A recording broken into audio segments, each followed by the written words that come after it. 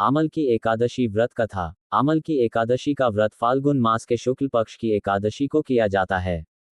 इस व्रत का विशेष महत्व है क्योंकि इस दिन आंवले के वृक्ष की पूजा करने से सभी पाप नष्ट होते हैं और मोक्ष की प्राप्ति होती है।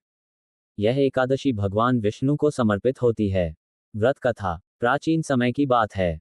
एक समय राजा वसुर्त नाम के एक पराक्रमी और धर्मपरायण राजा राज्य करते थे। वे अपनी प्रजा का पुत्रवत पालन करते थे और धार्मिक अनुष्ठानों में रुचि रखते थे। वे सभी देवी देवताओं की पूजा करते और विशेष रूप से भगवान विष्णु की भक्ति में लीन रहते थे। एक बार राजा अपने राज्य के निरीक्षण हेतु वन में गए। वहां अचानक दुष्ट दस्युओं डाकुओं ने राजा पर आक्रमण कर दिया। राजा अकेले थे और उनके पास कोई शस्त्र नहीं था। डाकुओं ने राजा को बुरी तरह घायल कर दिया, जिसके कारण राजा मूर्छित हो गए। उस समय रात्रि का प्रथम प्रहर था।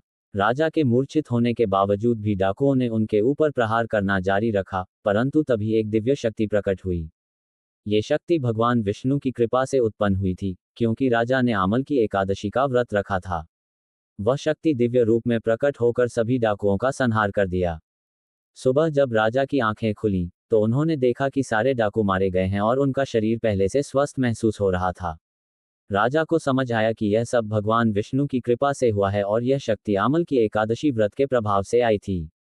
राजा वसुर्त ने इस चमत्कार को देखकर और अधिक श्रद्धा भाव से आमल की एकादशी का व्रत करना शुरू कर दिया। उन्होंने अपनी प्रजा को भी इस व्रत के महत्व को बताया और सभी को इसे करने की प्रेरणा दी।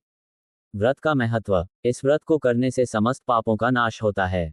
मनुष्य को समस्त सांसारिक सुखों की प्राप्ति होती है। इस व्रत का फल हजारों गोदान और तीर्थ यात्रा के समान माना गया है। जो भक्त इस दिन आंवले के वृक्ष की पूजा करता है, वह भगवान विष्णु की कृपा प्राप्त करता है। पूजन विधि। 1. प्रातः स्नान करके भगवान विष्णु का ध्यान करें। 2. व्रत का संकल्प लें और उपवास रखें।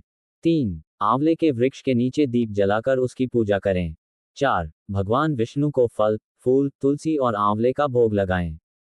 5. आमल की एकादशी की कथा सुनें और रात में जागरण करें। 6. द्वादशी तिथि को ब्राह्मणों को